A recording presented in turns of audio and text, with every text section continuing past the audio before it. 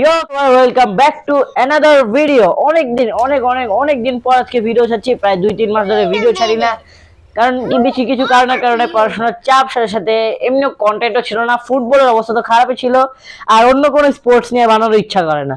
তো আজকে যারা যারা আমরা সবাই ফুটবল মোটামুটি দেখি, ফুটবলের সাথে সাথে ন্যাশনালের পর সবচেয়ে বেশি মানুষজন যেটা দেখে সেটা হচ্ছে ক্লাব ফুটবল।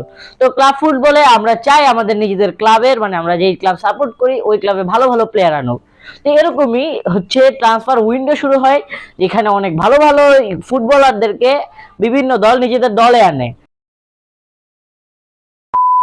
তো হ্যাঁ, আজকে আমরা এরকমই 5জন বেস্ট ট্রান্সফার আজকে আমরা বলতে যাচ্ছি, মনে হচ্ছে যে ক্লাবের জন্য কাঁপায় দিবে। তো হ্যাঁ, ভিডিওটা শুরু করা যায়। Emotional, damn it! তো নাম্বার 5-এ যে প্লেয়ারটি আছে তার নাম হচ্ছে রায়ান চেরকি। তো তিনি হচ্ছে একজন ফ্রেঞ্চ প্লেয়ার, আর 2025-এর ইউএনএল মানে যেটা কোরবানির ঈদের সময় হচ্ছিল, ইউনাইটেড নেশনস লিগ, যেটাতে রোনাল্ডো হয়ে জিতেছিল। তো ওখানে স্পেন ভার্সেস ফ্রান্সের যে ম্যাচটা ছিল ওটাতে স্পেনের কাছে ফ্রান্স লিটারালি খুবই খারাপভাবে হারতেছিল, মানে এত খারাপভাবে হারতেছিল যেটা বলার মতো ছিল না। কিন্তু হঠাৎ করে সাবে আসে 45 মিনিট পর রায়ান চেরকি গেমকে ফ্লিপ করে দিছিল। পুরো গেমটা একবারে অদ্ভুত একটা খেলা দিছে রায়ান চেরকি, অ্যাসিস্ট বলেন, গোল বলেন। তো তারপর থেকে এই প্লেয়ারের দিকে অনেক ভালো ভালো ক্লাব নজর দিচ্ছিল। ইভেন আমারও মনে হচ্ছিল যে এটা মনে হয় রিয়াল মাদ্রিদ যাবে বা বার্সা যাবে, কিন্তু না, ম্যানচেস্টার সিটি, মানে যেই সিটি 2023 সালে ফাটাই দিয়েছিল, চ্যাম্পিয়ন্স লিগ জিতেছিল, তাদের সাথে সাথে প্রিমিয়ার লিগও জিতেছিল, কিন্তু এবার এই 2 বছরে ম্যানচেস্টার সিটির অবস্থা কিন্তু খুবই খারাপ, আমরা যতটুকু দেখতে পাচ্ছি এই পর্যন্ত। কিন্তু রায়ান চেরকিকে তাদের দলে এসেছে এবং স্যাভিনো আছে, তো অনেক ভালো একটা দল হতে যাচ্ছে ম্যানচেস্টার সিটির আগামী সিজনে। তো যেহেতু সিজন শুরু হয়ে গিয়েছে, ম্যানচেস্টার সিটিতে নতুন একটি মিডফিল্ডার এসেছে যার নাম হচ্ছে রায়ান চেরকি। নাম্বার 4-এ আমি রাখতে যাচ্ছি হচ্ছে ফ্লোরিয়ান উইচ, যাকে এই যে আমি কয়েকদিন আগে একটা ভিডিও বানিয়েছিলাম, প্রায় যখন আমি ফার্স্ট টাইম আমার চ্যানেলের ভিতরে একটু ফোকাস দিচ্ছিলাম, ওই টাইমে আমি বলেছিলাম ফ্লোরিয়ান উইচ রিয়ালে আসছে, কারণ জাভি আলোনসোর একটা সফট কর্নার আছে তার প্রতি। কিন্তু না, লিভারপুল রিয়াল মাদ্রিদের সাথে প্রতিশোধ নেওয়ার জন্য তারা আমি এসেছে কাকে জানেন? ফ্লোরিয়ান উইচকে। ভাই প্লিজ কুকিং নাও ভাই, লিভারপুল কি শুরু করছে ভাই, একটার পর একটা বেশ বেশ নিয়ে যাচ্ছে। এই যে মাত্র একটা শুরু হলো, আরো আনতেছে, আরো শোনা যাচ্ছে, ফেব্রিজিও রোমানো আরো বলতেছে লিভারপুলে আসছে, আবার কিছু কিছু চলেও যাচ্ছে, সেটা আমি সামনে বলতে যাচ্ছি। তো একটার পর একটা মানে আসতে যাচ্ছে। এটা সবচেয়ে ভালো একটা সাইনিং হচ্ছে এই ফ্লোরিয়ান উইচ, কারণ সে কেমন খেলেন এটা আমরা ন্যাশনালেও দেখেছি।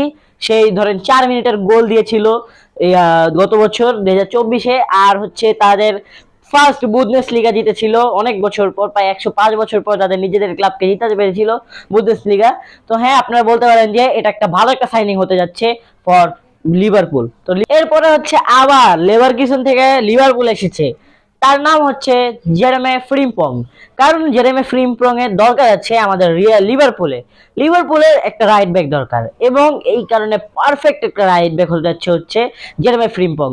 কেন রাইট ব্যাক কেন দরকার? কারণ ট্রেন্ট আলেকজান্ডার আর্নল্ড আর লিভারপুলে নেই, সে রিয়াল মাদ্রিদে চলে গিয়েছে। এই কারণে জেরেমি ফ্রিম্পং অনেক ভালো একটা হতে পারে তাদের জন্য।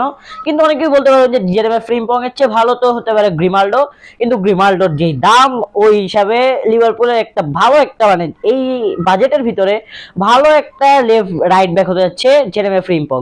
নেদারল্যান্ডের প্লেয়ার, খুবই ভালো একটা প্লেয়ার, খেলাধুলা মনে করেন অনেক ভালো পারে, এবং তারাও লেভারকুসেনের প্লেয়ার। আর লেভারকুসেনের প্লেয়ার কিরকম আমরা সবাই মোটামুটি জানি।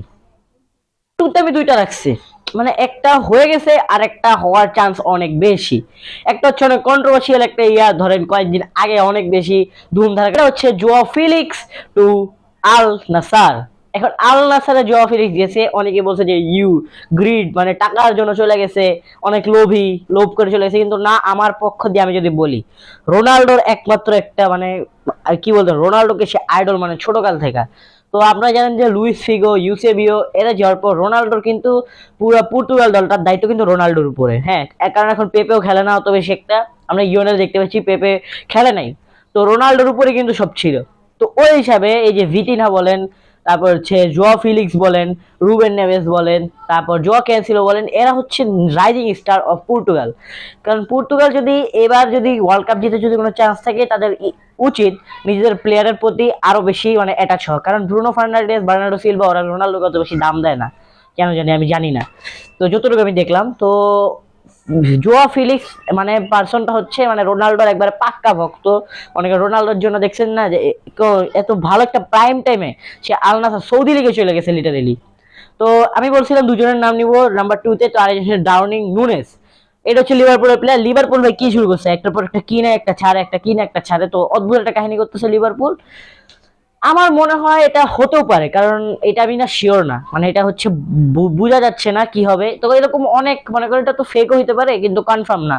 কিন্তু এর আগে যেগুলো বলেছি সবগুলো কনফার্ম। আমি রাখতে যাচ্ছি হচ্ছে মার্কাস র্যাশফোর্ড।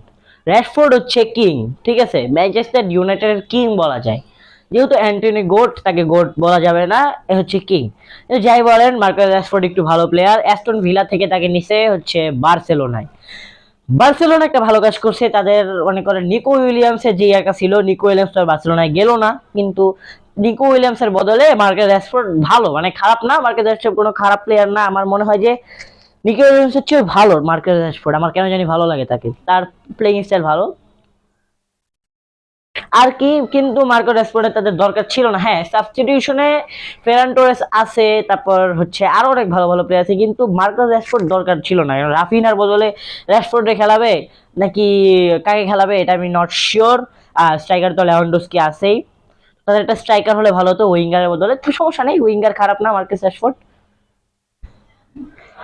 ছিল হচ্ছে আজকের ভিডিও। তো কেমন লাগলো 5টা ট্রান্সফার? এই 5টা ট্রান্সফার মনে হচ্ছে তো পুরো ইউরোপকে এবার ভাঙা দিবে। তো তার ভিতরে জোয়া ফিলিক্স তো আমার ফেভারিট ছিল, কারণ রোনাল্ডো, জোয়া ফিলিক্স, পর্তুগাল পর্তুগাল ভাই ভাই। তো হ্যাঁ, আজকের মতো কি দেখা হবে পরের ভিডিওতে। Bye bye.